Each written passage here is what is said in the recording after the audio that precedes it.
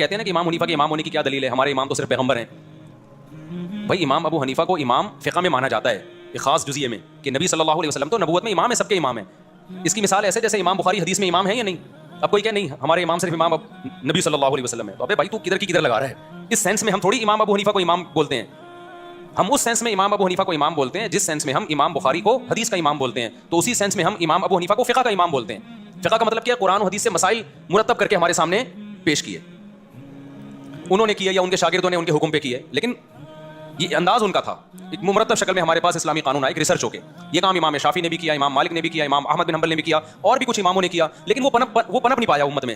اللہ کی طرف سے اس کو مقبولیت نہیں ملی, علماء صالحہ نے اس کو اس طرح قبول نہیں کیا, ان کے کام کو ایکسیپٹ کیا. جیسے بہت سارے محدثین گزرے ہیں, لیکن سب تو مشہور نہیں ہوئے نا. اللہ کی مرضی ہوتی ہے, امت میں کسی کو اللہ مقبولیت عطا کر دیتے ہیں جس سے اللہ دین کا کام لینا چاہیں. تو اس سینس میں امام حنیفہ کو امام کہا جاتا ہے. کچھ لوگ کہتے ہیں ہمارے امام تو صرف محمد صلی اللہ علیہ وسلم ہے اور کوئی ہمارے امام نہیں ہے.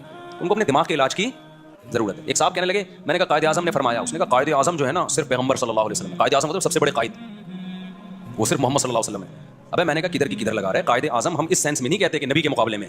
تو آج کل سینس لیس لوگ ہیں اور وہ ہمیں کہہ رہے ہیں ہم سے دین سیکھو, جن کو امام کے لفظ کا مطلب, امام ہر جگہ مختلف معنی میں استعمال ہوتا ہے. اب آپ کو ہمارے امام مفتی طارق مسعود صاحب ہیں, اگلا کہ ہمارے امام تو صرف جو ہے محمد صلی اللہ علیہ وسلم ہے, تو آپ کو بھائی ہم مسجد کے امام کی بات کر رہے ہیں, نماز میں ہمارے امام مفتی صاحب ہیں.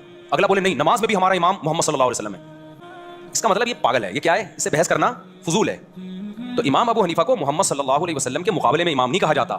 امام ابو حنیفہ کو اس سینس میں امام کہا جاتا ہے کہ رسول اللہ صلی اللہ علیہ وسلم سے جو حدیثیں منقول ہیں, اسی طرح قرآن سے اور صحابہ کے جو اقوال ہیں, ان کو چھانٹی کر کے, ان میں بحث مباحثہ کر کے, دلائل کی قوت کی زور سے ایک رائے قائم کر کے اسلامی لاء کو ریٹن فارم میں لانا, اور پھر پوری دنیا کے علماء کا اس پہ اعتماد کرنا, یا بڑی دنیا کا اس پہ اعتماد کرنا.